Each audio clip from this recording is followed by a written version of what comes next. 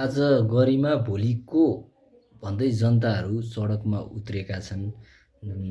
अपराधीलाई फाँसीको सजाय हुनुपर्छ, फाँसीको सजाय हुनुपर्छ भनिरहेछन् होइन। तर हाम्रो संविधानले नै होइन फाँसीको सजायको व्यवस्था गरेकै छैन के, बुझ्नुभयो नि।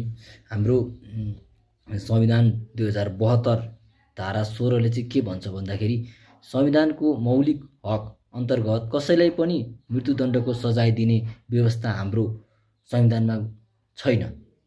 त्यसैले म के भन्छु भने अब नयाँ सरकारले छ नि यो कुरामा चाहिँ एकदम ध्यान आकर्षण हुनुपर्छ र केही न केही सजाय चाहिँ अलिकति हुनैपर्छ के, बुझ्नुभयो कि भएन। बलात्कारी गर्नेलाई चाहिँ अलिक कडाभन्दा कडा सजाय हुनु पर्यो के। अब मृत्युदण्डको सजाय भनेर हामीले भनेका छौँ होइन, तर जुन त्यो सम्भवै रहन्छ के।